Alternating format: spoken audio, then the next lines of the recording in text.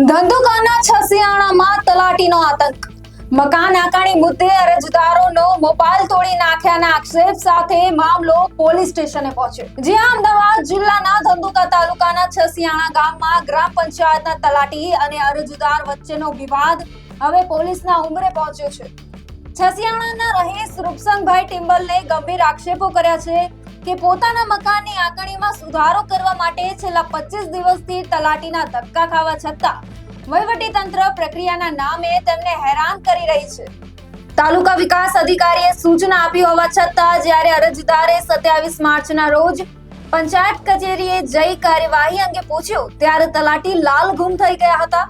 ફરિયાદીના જણાવ્યા મુજબ તલાટીએ ઉશ્કેરાઈ જઈ અપશબ્દો બોલ્યા અને જ્યારે આ ગેરવર્તણૂકનો વિડીયો બનાવવાનો પ્રયાસ કર્યો ત્યારે તલાટીએ અરજદારનો મોબાઈલ ફોન ઝૂંટવી લઈ જમીન પર પટકી તોડી નાખ્યો હતો। તો બીજી તરફ તલાટીએ તમામ આક્ષેપોને નકારી કાઢતા જણાવ્યું છે કે તેઓ નિયમ મુજબ જ કામ કરી રહ્યા છે અને મોબાઈલ તોડવાની વાત તદ્દન ખોટી છે। સરકારી કર્મચારી અને જનતા વચ્ચેના ઘર્ષણના પંચાયતના વહીવટ સામે અનેક સવાલો ઉભા કર્યા છે। ત્યારે હવે ધંધુકા પોલીસની તપાસમાં દૂધનું દૂધ અને પાણીનું પાણી થશે। રિપોર્ટર સંજય ઝાલા, ધંધુકા। ગામ સસિયાણા છે, નામ રૂપસંગભાઈ મથુરભાઈ ટિમ્બલ।